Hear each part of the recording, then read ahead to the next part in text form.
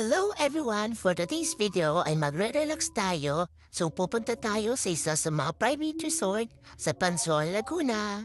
Ginabi na nga pala kami dyan guys kasi inantay pa namin yung mga kasama namin kaka-out lang ng work. So pagdating nga pala guys agad na lumaman ang mare nyo. Paano ba naman kasi hindi kumain simula umaga. Kaya ayan, umaga hanggang hapunan na yan. So ay nag-enjoy na dyan sa pagkain ang mare nyo samantalang yung kanyang anak ay binigay niya sa mga lolas. Pinaalaga muna, ayun, naligo na sa pool. Naparami ng kain ng mare nyo kasi ang sarap ng pagkain.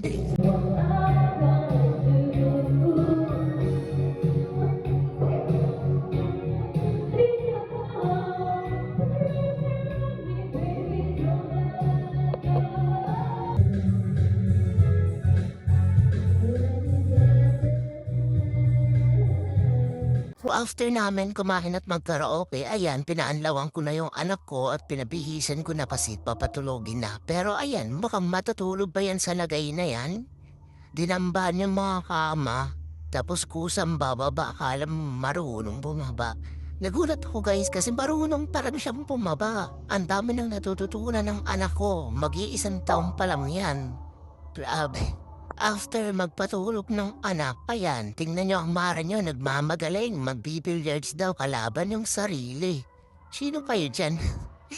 Tingnan nyo ba naman, pinasok yung pato. Ay, pinasok pala yung uno. Yung mara nyo naman por sobra yung tira. Ayan, kinat yung video para yung pasok lang yung pinapakita. Uy, sino pa yun dyan? Pagkatapos namang magaling-galingan sa billiards, ayan, naganda-gandahan na naman yung atin nyo. Paano ba naman kasi hindi pa makapag-swimming? 28 days postpartum. Sino kayo dyan?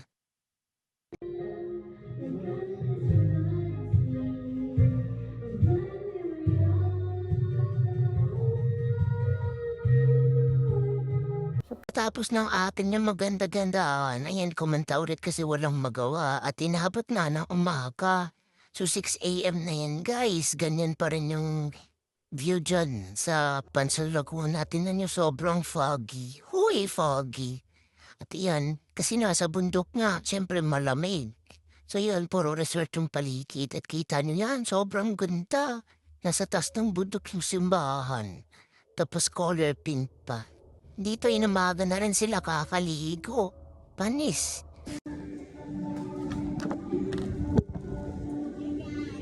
Pagising ko mga alas 12, kumain ako syempre nagutom ang mare nyo.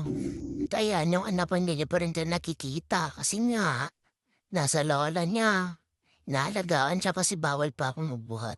For the laman mo ng person, kita niya naman.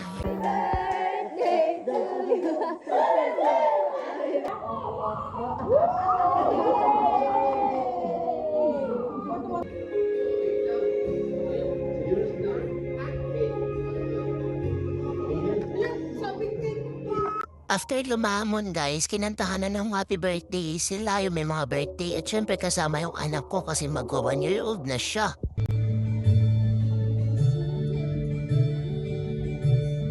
Ayun na nga, after everything happened, ginabi na kaming nakauwi. Kasi sobrang tagal dumating nung inupahan na sasakyan para magkasya kami. So ayun lang guys, bye-bye! And thank you for watching this video. Please like and share. Bye-bye!